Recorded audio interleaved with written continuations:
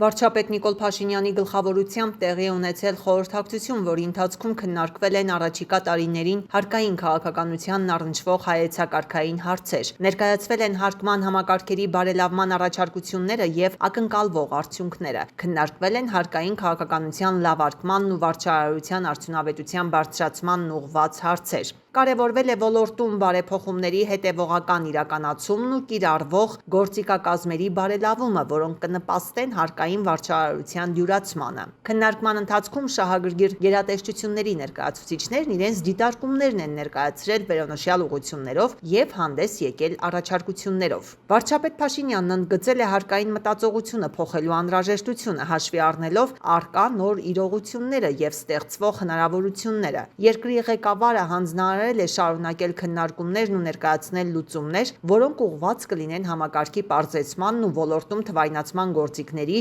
կիրառման ընդլայնմանը։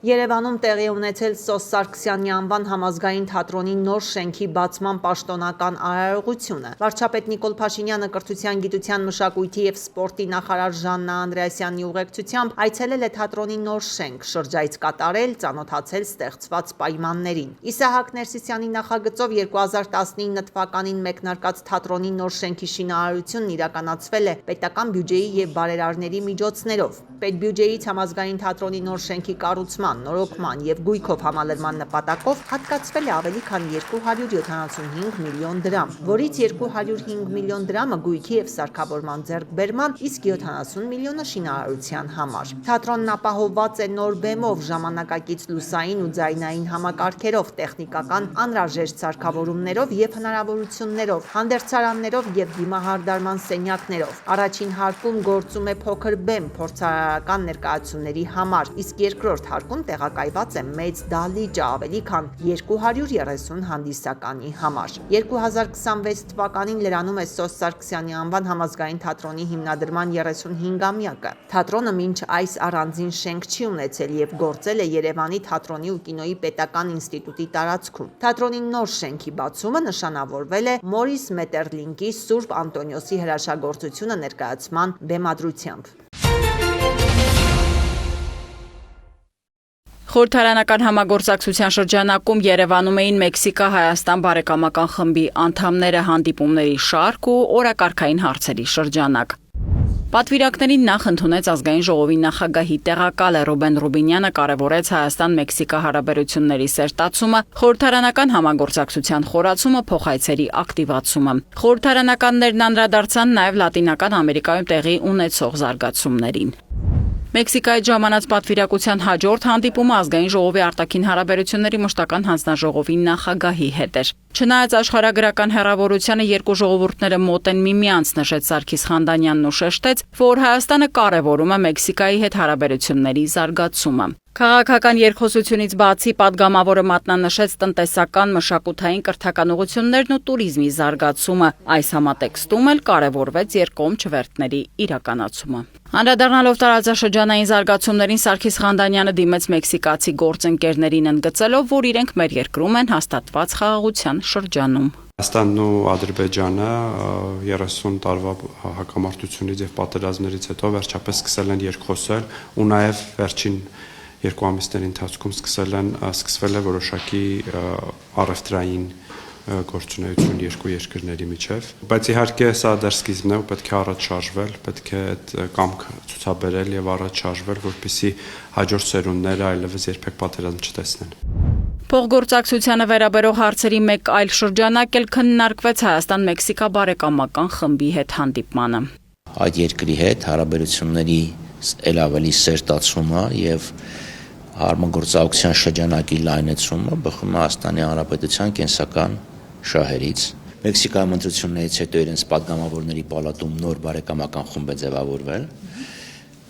եւ իրենք եկել են առաջի ճանչաղական այցով Հայաստան։ Առաջին անգամ եմ Հայաստանում, հրաշալի երկիր ունեք։ Ուրախ եմ փոխգործակցության համար։ Առաջինը, որը գրավեց իմ ուշադրությունը, ձեր երկրում արձանագրված տնտեսական աճի տեմպերն են եւ հետաքրքիր են օրենսդրական այն փոփոխությունները, որոնք հիմք են հանդիսացել տնտեսական զարգացման համար։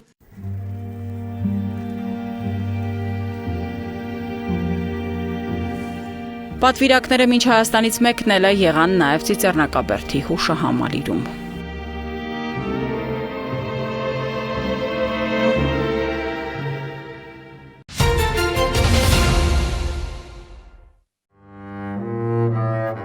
Կոնտրաբասի ձայնը դժվար է ռոմանտիկ համարել, բայց հենց ռոմանտիզմի դարաշրջանի կոմպոզիտորներն էին, որ սկսեցին հատուկ նշանակություն տալ լարային հսկային։ Կոնտրաբասի կատարումները հիմնականում նվագախմբերում են հնչում ու հիմնականում տղամարդիկ են նվագում։ Եվան ասես խախտում է այդ օրինաչափությունը ոչ միայն կամերայինում, այլև ֆիլհարմոնիկում։ Մարդկանց թվում է, թե նվագախմբում նվագելիս ոչ մի առանձնապես տարբերություն չի զգացվի, բայց պետք է ասեմ, որ տարբերությունը շատ մեծ է։ Բամբ ձայնով տղամարդու հետ զրույցի բռնված երաժիշտը վստահեցնում է, երբ գործիքը նոր է, բարձրակարգ, հնչողությունն էլ բոլորովին ուրիշ է։ Ուղղակի փորձերին գալը համերգների մասնակցելը դառնում է մեծագույն հաճույք։ Գերմանական Հոֆներ ընկերության արտադրության 2 նոր կոնտրաբաս ունի կամերային նվագախումբը, յուրաքանչյուրի արժեքը մոտ 9.5 միլիոն դրամ է։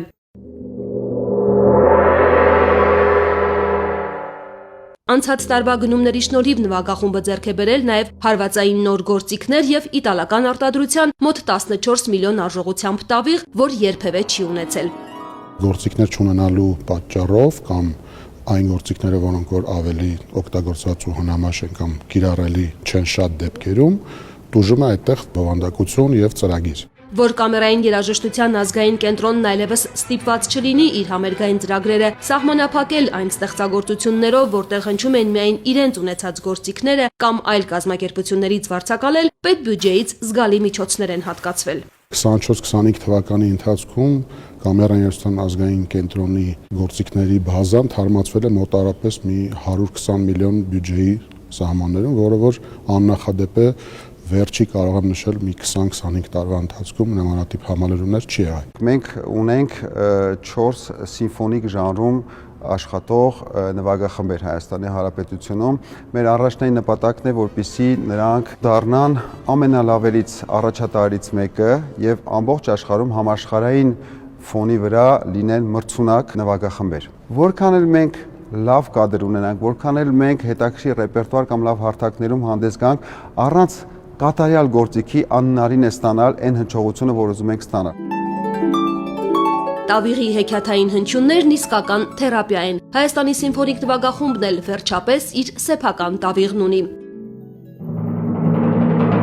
7 նոր գործիք է նվեր ստացել նվագախումբը։ Ամեն ինչի նորն էլ միշտ լավ է։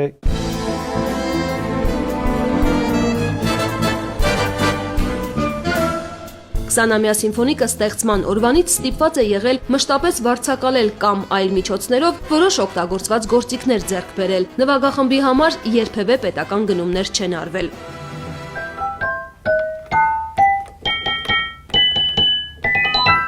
Եթե չլինեին զանգակային ձայնով չելեստայի կատարումները, ծանոթ ու սիրված մի շարք ֆիլմեր գուցե այդքան գունեղ չհնչեին։ 1886-ին Փարիզում ստեղծված գործիքը միանգամից ճանաչում է ձեռք բերել հենց առանձնահատուկ հնչողության շնորհիվ։ Կպակասի այդ հրեշտակային ձայնը նվագախմբում, եթե չլինի չելեստան եւ նաեւ կախարդական, ինչու՞ չէ։ 25 թվականին ձեռք բերված գործիքները օգտագործում են աշխարհի լավագույն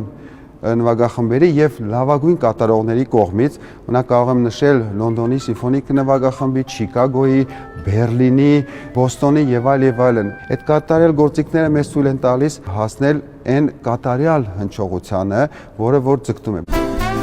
Անցած տարի մոտ 78 միլիոն դրամ է ծախսել կառավարությունը երկու նվագախմբի համար անհրաժեշտ գործիքներ գնելու նպատակով, իսկ ընդհանուր առմամբ 2025-ին ավելի քան 100 միլիոն դրամ է պետական բյուջեից հատկացվել, որպեսզի անհրաժեշտ գործիքներով համալրվեն նաև երաժշտական դպրոցները։ Միայն Սևանում բացված կրթական նոր հաստատությանը 20 գործիք են տրամադրել։ Այսօր կարող եմ նշել, որ կամերային երաժշտության ազգային կենտրոնը իր 6 կոլեկցիաներով հանդերձ հիմնական գործիքների բազան մենք ունենք։ Ծրագրերը հարմարեցնելու անհրաժեշտություն այլևս չի լինի։ Կարծում եմ, որ ոչ։ Երաժշտական կոլեկտիվներին անհրաժեշտ գործիքներ տրամադրելու, ստեղծագործական լայն հնարավորություններով ուժեղացնելու պետական քաղաքականությունը կշարունակվի նաև այս տարի։ Նախկինում ջրահեռացմագծերը իրականացված են եղել հատակի վրայով, այսինքն երբ որ աշակերտը եկել է նստի սեղանի մոտ, իր այս արանքում հատվածում եղել է ջրահեռացման խողովակը։ Արմավիրի երկրորդ հիմնական դպրոցի քիմիայի լաբորատորիան է վերանորոգումից հետո, միջև այդ աշակերտները բազմաթիվ անհարմարություններ են հաղթահարել առաջադրանքները կատարելու համար։ Նստարանների արանքով անցնող ջրագծերն ու լաբորատորիայի հնամաշ պատերը խանգարել են կենտրոնանալ։ Հիմա պատկերն այլ է։ Կառավարության ֆինանսավորմամբ եւ տարածքային զարգացման հիմնադրամի պատվիրակմամբ դպրոցը անճանաչելիորեն փոխվել, նոր տեսքի է բերվել։ Փոխարինվել է տանեկան ծածկույթը ամբողջությամբ, իրականացվել են ներքին հարդարման աշխատանքներ դասասենյակներում, միջանցքներում եւ սանհանգույցներում։ Նաեւ ֆուտբոլի դաշտ է կառուցվել, ասֆալտապատվել, բարեկարգվել ու ցանկապատվել է տարածքը։ Վերանորոգումն իրականացվել է 300 դպրոց 500 մանկապարտեզ ծրագրով։ Արժեքը 272 միլիոն դրամ է։ Շինարարներն իրենց գործն ավարտել դուրս են եկել դպրոցից։ Օգոստոսին, երբ ընդունում էին քայքայվ այդ շենքը, հանձնարարան կարգի բերել 6 ամսում։ Գործն ամբողջությամբ արված է, իսկ որակի մասին մասնագետն է խոսում։ Որակի խնդիր չունենք ընդհանրապես։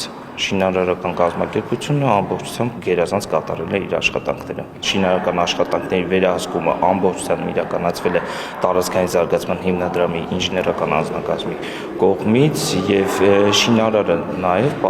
կապալառու կազմակերպությունը պարտավորություն է կրում ժամանակի ընթացքում, եթե ինչ-որ խնդիր առաջանա, ապա գա շտկի։ Հենաշարժողական խնդիրներ ունեցողները նախկինում տեղաշարժվելու անհարմարություններ են ունեցել դպրոցում։ Նորոգումից հետո այդ հարցը լուծվել է։ Գրեթե բոլոր միջանցքները, դասարաններն ու սանհանգույցը հասանելի են դարձել նրանց։ Դպրոցն ապահովվել է ջեռուսման, հրդեհային ազդարարման եւ անվտանգային համակարգերով։ Ամեն ինչ նախ առաջին արվում է բարեխիղճ մեր երեխաների համար, որտեղ մեր երեխաները մեր ապագան են, պետք է ունենան լավ տարածք, լավ դպրոց սովորելու համար եւ մենք այդ ամեն ինչը բարձր որակով կատարել ենք բոլոր աշխատանքները, բարձր նյութերով, որպեսզի ունենանք բարձր որակի, բարձր մակարդակի դպրոց։ Գույքը տրամադրելու է Կրթության, Գիտության, Մշակույթի եւ Սպորտի նախարարությունը։ Դպրոցը նորից կաշխուժանա եւ կահավորումն ամբողջությամբ ավարտվի։ Արմավիր խոշորացված համայնքում քաղաքի երկրորդ դպրոցը միակը չէ, որ թարմացվում նոր շունչ է ստանում։ Այս պահին շինարարական աշխատանքներ են ընթանում նաեւ այլ բնակավայրերում։ Շատ լավ միջավայր ունենք արդեն եւ օրինակելի միջավայր ունենք մյուս դպրոցների համար։ Այս պահին հիմնանորոգման կամ վերանորոգման աշխատանքներ են իրականացվում Խանջանի հիմնական դպրոցում, Նորավանի հիմնական դպրոցում, Այգևանի դպրոցում, Սարդարապատ գյուղի դպրոցում եւ կարծում եմ այս տարվա ընթացքում այս դպրոցների շարքը կմեծանա եւ կշատանա այլ դպրոցում եւս կսկսվեն կառուցման, վերակառուցման եւ վերանորոգման աշխատանքներ։ Արմավիրի մարզում մոտ 20 դպրոց, 2 մանկապարտեզ եւ 7 ամբուլատորիա է կառուցվում ու վերանորոգվում այս պահին։ Բոլորը կառավարության ֆինանսավորմամբ եւ տարածքային զարգացման հիմնադրամի պատվերով։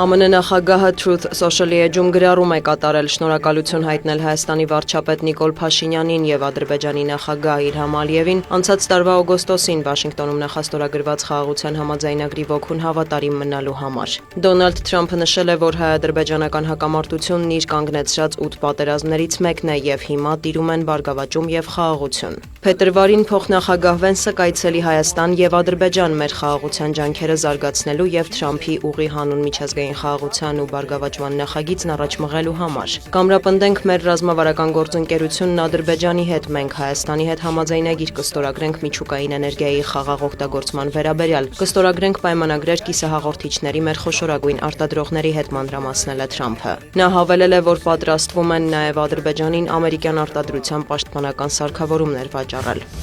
Աբու Դաբիում ավարտվել է Ուկրաինայի, Ռուսաստանի եւ Միացյալ Նահանգների միջև բանակցությունների առաջին փուլը, դրանք կշարունակվեն նաեւ այսօր։ Կիևի պատվիրակության ղեկավար Ռուստեմ Ումերովը հայտարարել է, որ հանդիպումը նվիրված էր ռուսական պատերազմի դադարեցման պարամետրերին եւ բանակցային գործընթացի հետագա տրամաբանությանը, հասնելու արժանապատիվ եւ երկարատև խաղաղության։ Վոլոդիմիր Զելենսկին հայտնել է, որ մանրամասն զեկույցներ է ստանում ուկրաինական թիմից։ Ուկրաինայի նախագահը նշել է, դեռ վաղ է եզրակացություններ անել բանակցությունների բովանդակության վերաբերյալ վերաբերյալ, սակայն հարկավոր է ռուսական կողմից որոշ պատասխաններ ստանալ եւ համոզվել, որ Մոսկվան պատրաստ է դադարեցնել պատերազմը։ Զելենսկին տեղեկացրել է, որ Աբու Դաբիում օրակարգում է մասնավորապես Դոնբասի հարցը։ Կրեմլից նշել են, որ հակամարտության կարգավորման աշխատանքում առաջընթաց կա, ավելի վաղ Մոսկվան հայտարարել էր, առանց տարածքային հարցը լուծելու երկարաժամկետ կարգավորման հույս չկա։ Սպիտակ տնից էլ արդյունավետ են որակել Աբու Դաբիում եռակողմ բանակցությունների առաջին օրը։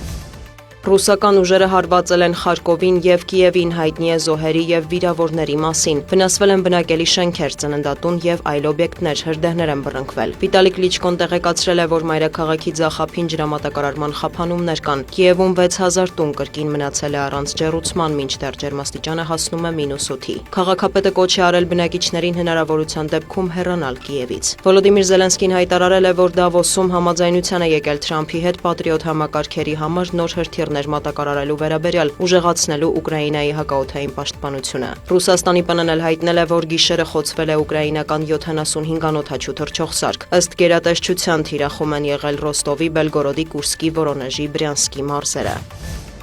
Բուլղարիայի նախագահի պաշտոնը պատմության մեջ առաջին անգամ կին է զբաղեցրել։ Իլիանա Յոտովան կփոխարինի Ռումեն Ռադևին, դառնալով 33-րդ նախագահը։ Նախկինում նա զբաղեցրել է փոխնախագահի պաշտոնը։ Ռումեն Ռադևը հրաժարական էր ներկայացրել հունվարի 19-ին։ Reuters-ը գրել է, որ այդ հայտարարությունից հետո լուրեր են տարածվել, որ նա մտադիր է ստեղծել սեփական քաղաքական կուսակցությունը եւ մասնակցել խորհրդարանի արտահերտ ընտրությանը։ Ռումեն Ռադևը զբաղեցնում էր Բուլղարիայի նախագահի պաշտոնը 2016 թվականից։ Նա հայտարարել է իր հրաժարականի մասին երկրում քաղաքական ճգնաժամի պայմաններում։ Ակնկալվում է, որ առաջիկայում Բուլղարիայում վերջին 4 տարվա ընթացքում կանցկացվի խորհրդարանի արդեն 8-րդ ընտրությունը։ Անցած տարի կառավարությունը հրաժարական էր տվել հարկերի բարձրացման ծրագրերի պատճառով բռնկված բողոքի ցույցերի ֆոնին։ Դանիայի վարչապետ Մետե Ֆրեդերիկսենն այցելել է Գրենլանդիայի մայրաքաղաք Նուկ, հանդիպել կղզու վարչապետի եւ բնակիչների հետ։ Նա ընդգծել է Դանիայի թագավորության համախմբվածության եւ համատեղ քաղաքական ապագայի կարեւորությունը։ Գրենլանդիայում եմ ցույց տալու Կոպենհագենի աջակցությունը կղզու ժողովրդին շատ բարդ ժամանակներում ենք ապրում, ասել է Ֆրեդերիկսենը։ Դանիայի վարչապետը հավելել է, որ սերտորեն գործակցում են Գրենլանդիայի իշխանությունների հետ եւ դիվանագիտական աշխատանքներ են տանում։ Այս այցը տեղի է ունեցել Գրենլանդիայի ապագայի շուրջ աճող լարվածության ֆոնին Դոնալդ Թրամփը հայտարարում էր, որ Դանիայի թագավորության մաս կազմող կղզին պետք է լինի Միացյալ Նահանգների վերահսկողության տակ, այլապես այն կարող են գրավել Ռուսաստանը կամ Չինաստանը։ Օրերս Դավոսում Թրամփը հայտարարեց, որ գործարքի են հասել եւ Միացյալ Նահանգներն անսահմանափակ հասանելիություն կստանա Գրենլանդիային։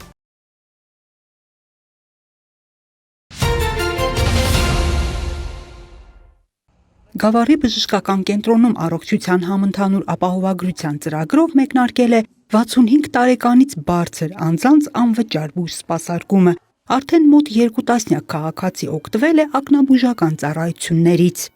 Աչքերս լավ չէր տեսնում, եկա բժշկի մոտ, ինքը խորհուրդ տվեց օպերացիայի։ Ու ինձ ասաց՝ դուք անվճար եք, ասում որովհետև 65-ից բարձր է։ Վերահատել ենք իրականում միայն կատարակտապաթոլոգիան, դա ակնաբուժության մեջ հաճախ հանդիպող պաթոլոգիաներից է։ Բավականին մեծ վիրահատական օրենք ունեցել, վերահատել ենք մոտ 14 բուժարոյի։ Որոշ տարեց բուժարուների մոտ մտահոգություններ կան անվճար բուժծառայության որակի հետ կապված։ Գավառի բժշկական կենտրոնի ակնաբույժ Գոհար Մկրտչյանը վստահեցնում է, ամեն ինչ բարձր որակով է արվում։ Կարող են մեր բուժարուները համոզված լինել, որ անկախ ֆինանսավորման աղբյուրից մենք աշխատում ենք նույն բժշկական տեխնիկայով, վիրահատում ենք նույն վիրաբույժը, օգտագործում ենք բարձր որակյալ ներակնային ոսնյակներ, նույն որակյալ բուժ սպասարկումներ կստանալու դուք, հարգելի քաղաքացիներ, ինչ որ կլիներ վճարովի հիմունքներով կամ այլ ֆինանսական աղբյուրից ֆինանսավորման դեպքում։ Այստեղ քաղաքացիներին նաև շարունակում են իրազեկել առողջության ապահովագրության համակարգի բոլոր հնարավորությունների մասին, մասնավորապես, որ անվճար են ոչ միայն վիրահատական միջամտությունները, այլև բժշկական մյուս ծառայությունները։ Թեև այս համակարգին անցումը որոշ դժվարություններ ենթադրում է, սակայն բժշկական կենտրոնում պատրաստ են դրանց հաղթահարմանը։ Հունվարից Գավառ բժշկական կենտրոնը ընդգրկվել է Միացյալ առողջապահության համընդհանուր ապահովագրության մեծ արշավին, կարելի ասել բժշկական հեղափոխությանը, եւ մենք Գավառ բժշկական կենտրոնը իր թիմով թե տեխնիկական հագեցվածությամբ, թե կադրերի հագեցվածությամբ պատրաստ են ավելի բարձր եւ որակյալ բժշկական օգնություն ցուցաբերել մեր հասարակությանը։ Որպես մարզում աշխատող բժիշկ կարող եմ ասել, որ համընդհանուր ապահովագրությունը շատ դրական տարբերություն է միանշանակ տալու առողջապահական համակարգում, որովհետեւ մենք այստեղ աշխատելու ընթացքում հասկացանք, որ կան բազմաթիվ պացիենտներ, որոնք ցանկանում են, բայց հնարավորություն չունեն։ Բժշկական կենտրոնում հիշեցնում են, առողջության ապահովագրությամբ հիվանդանոցային առավել խոր հետազոտությունների համար շահառուներին ուղեգիր տրամադրում է առողջության առաջնային պահպանման օղակը։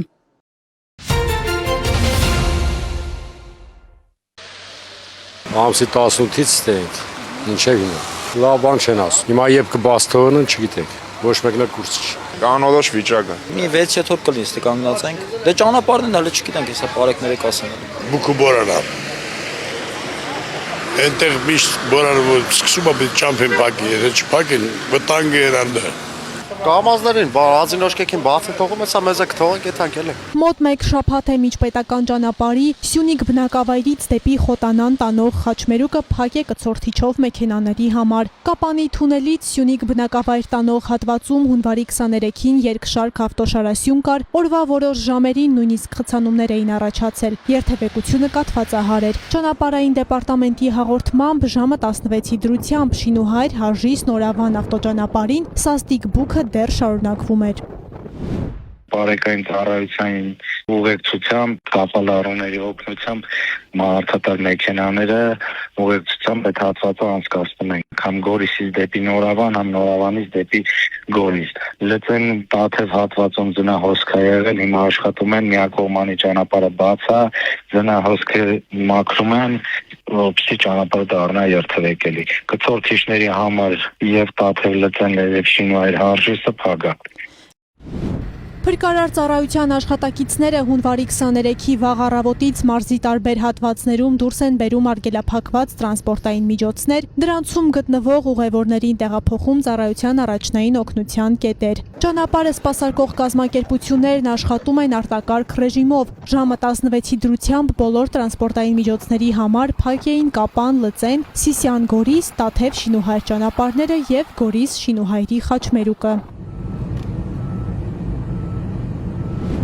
Եթե քամին կտրվի, կաշխատենք շուտ բացենք ճանապարհենք կցորդիչով մեքենաներին։ Հորդորը մեր քաղաքացիներին երթևեկել բացառիկ անհրաժեշտության դեպքում մինչև քամու ուժգնությունը դադարի ու ձմեռային անվադողերով։ Ուշադրություն դարձնեն ճանապարհային դեպարտամենտի փրկարարծառայության հայտարարություններին, էլի ճանապարհների բաց ու փակ լինելու վերաբերյալ մեկի եղանակը։ Հունվարի 24-ին Արագածոտնի լեռնային շրջաններում, Լոռիի, Տավուշի, Գեղարքունիքի, Սյունիքի առանձին հատվածներում սպասվում է քամու ուժգնացում 17-ից 20 մետր վարկյան արագությամբ, լեռնային շրջաններում բուք, ցածր հորիզոնական տեսանելիություն։ Հունվարի 24-ի գիշերը եւ առավոտյան ժամերին հանրապետության ավտոճանապարհներին սպասվում է մերկասառույց։ Փրկարարները հորդորում են խստագույնս հետևել ճանապարհային երթևեկության անվտանգության կանոններին։ Աննա Մելքումյան, Ալեն Ծատրյան, Սյունիք, լուրեր։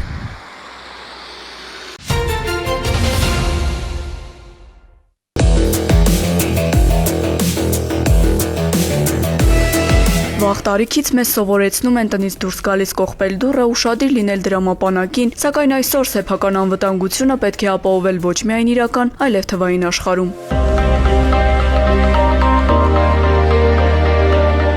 Կիբերտիրույթում խոցելի են բոլորը, անկախ տարիքից ու սեռից։ Այդ համատեքստում ներքին գործերի նախարարությունը կարևորում է թեմայի վերաբերյալ հանրությանը իրազեկելու անհրաժեշտությունը։ Համագործակցելով հանրակրթական դպրոցների հետ նախարարությունը պարբերաբար կազմակերպում է դասընթացներ, հանդիպումներ եւ իրազեկման արշավներ, որոնք նպաստում են մեդիագրագիտությանն ու թվային անվտանգության մակարդակի բարձրացմանը։ Հերթական դասընթացն անցկացվել է Աշտարակ քաղաքի Ներսես Աշտարակեցու անվան դպրոցում։ Քրեական ոստիկանության կիբերհանցավորության դեմ պայքարի վարչության ծառայողները աշակերտներին ներկայացրել են կիբերհանցագործության տեսակները, դրսևորման ժամանակակից տենդենսները, ինչպես նաև թեմային առնչվող մի շարք հարցեր։ Երեխաները բավականին ակտիվ մասնակցություն են ունեցել իրենց հարցադրումներով եւ մենք հնարավորություն ենք ունեցել նաև հասկանալ, թե երեխաները հատկապես որ ուղղվածությամբ ունեն հետաքրքրվածություն եւ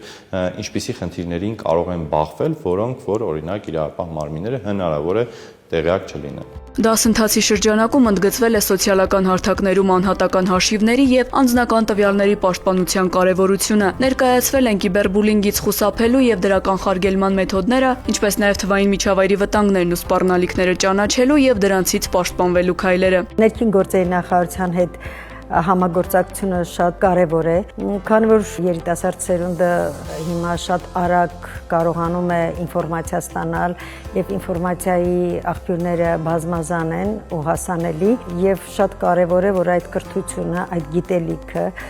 երեխաները ստանան պատկան մարմիններից։ Դասընթացին մասնակցել են նաև ծնողներ։ Նրանց տրամադրվել են գործուն խորհուրդներ, թե ինչպես թվային միջավայրում աջակցեն իրենց երեխաներին, ինչպես պաշտպանեն նրանց անվտանգությունն ու խթանեն երեխա-ծնող իրավապահ համակարգ վստահելի հարաբերությունների ձևավորմանը։ Ծնողական խորհրդի նախագահ Նվեր Սարգսյանի խոսքով դասընթացից ստացած գիտելիքները գործնականում կիրառելու անհրաժեշտություն է առաջացել։